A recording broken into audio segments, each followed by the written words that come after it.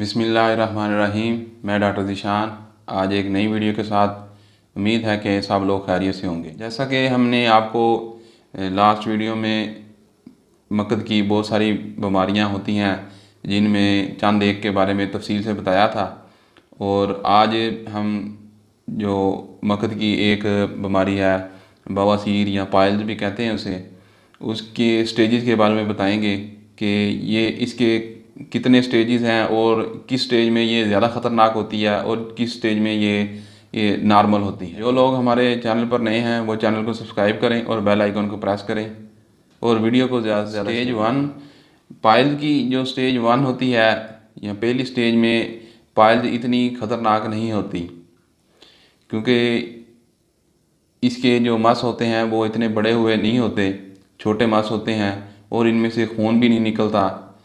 और मगर ये है कि मरीज़ को जलन महसूस होती है। स्टेज में मरीज़ को चाहिए कि वो अच्छी खुराक ले और कब्ज़ ना होने दे। अगर कब्ज़ हो जाती है तो कोई मेडिसिन इस्तेमाल कर ले जिससे कब्ज़ रफ़ा हो सके, और ऐसी खुराक का इस्तेमाल करे जिसमें फ़ाइबर की मकदार ज़्यादा हो। स्टेज 1 में मरीज़ को एहतियात करनी चाहिए ताकि बीमारी आगे ना बढ़ सके। स्टेज 2 इस स्टेज में मस जो होते हैं वो स्टेज 1 की निस्बत बड़े होते हैं और इनमें से कभी कभार खून भी निकलता है, जलन और दर्द भी महसूस होती है। इस स्टेज में ब्लीडिंग ज़्यादा नहीं होती, जैसा कि 1 माह हुई है ब्लीडिंग, फिर नेक्स्ट ब्लीडिंग 6 माह बाद होगी। ऐसे लगातार ब्लीडिंग नहीं होती इस स्टेज में।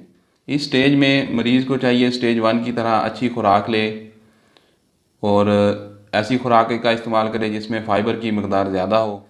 इस स्टेज में अगर ब्लीडिंग ज़्यादा हो या मस ज़्यादा फूलें तो डॉक्टर से चेकअप ज़रूर करवा लें और मेडिसिन इस्तेमाल करें और कब्ज़ ना होने दें। बाज़ औक़ात मरीज़ ख़ुद ही सेल्फ मेडिकेशन करता रहता है जिससे ये बीमारी शिद्दत इख्तियार कर देती है। मरीज़ को चाहिए कि किसी अच्छे डॉक्टर से चेकअप करवाएं और ट्रीटमेंट करवाएं ताकि बीमारी आगे ना बढ़ सके। स्टेज 3 इस स्टेज में मरीज़ के जो मस होते हैं वो बड़े हो जाते हैं, यानी सूज जाते हैं। जब मरीज़ पखाना करता है तो जो मस होते हैं वो बाहर की तरफ आ जाते हैं। ये मस खुद ब खुद अंदर चले जाते हैं या उंगली की मदद से अंदर करने पड़ते हैं। इस स्टेज में पाइल्स ज़्यादा बड़ी होती है और इसमें से ब्लीडिंग भी होती है, सूजन भी आती है, दर्द भी महसूस होती है।